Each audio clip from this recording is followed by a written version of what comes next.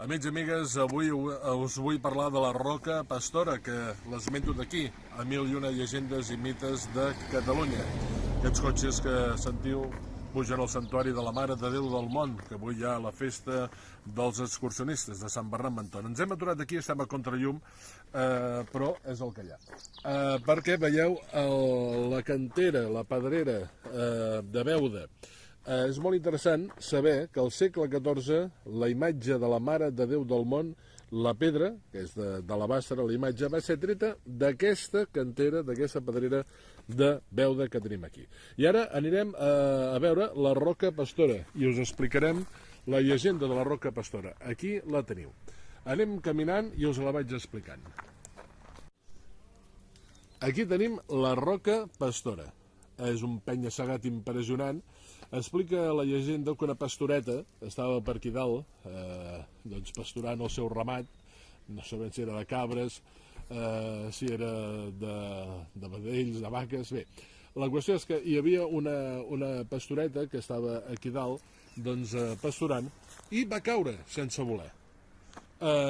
Mentre es queia, va invocar a la Mare de Déu del Món. I quan va caure, no es va fer mal. Aquest podríem dir que és un dels miracles de la imatge de la Mare de Déu del Món. Però el que va passar? Que durant diversos dies estava molt enutjada, nerviosa per aquesta experiència, i la seva mare li va dir: què passa? Com és que estàs en aquesta situació d'angoixa? I ella li va explicar: mira, vaig invocar la Mare de Déu del Món mentre es queia i em vaig poder salvar. Ella no s'ho va creure, la mare, i va dir: torno a repetir.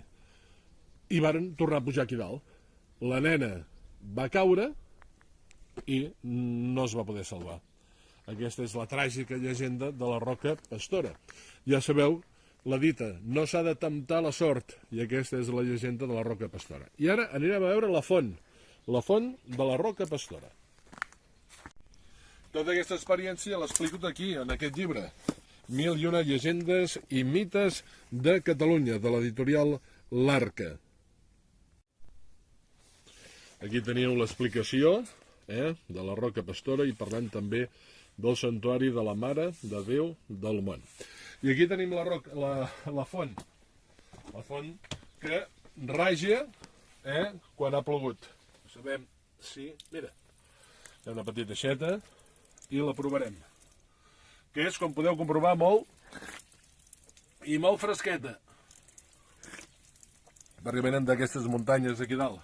I això sí, sempre que vingueu aquí, a la Roca Pastora, el que heu de fer després, quan heu begut, és tancar l'aixeta perquè no es malgasti.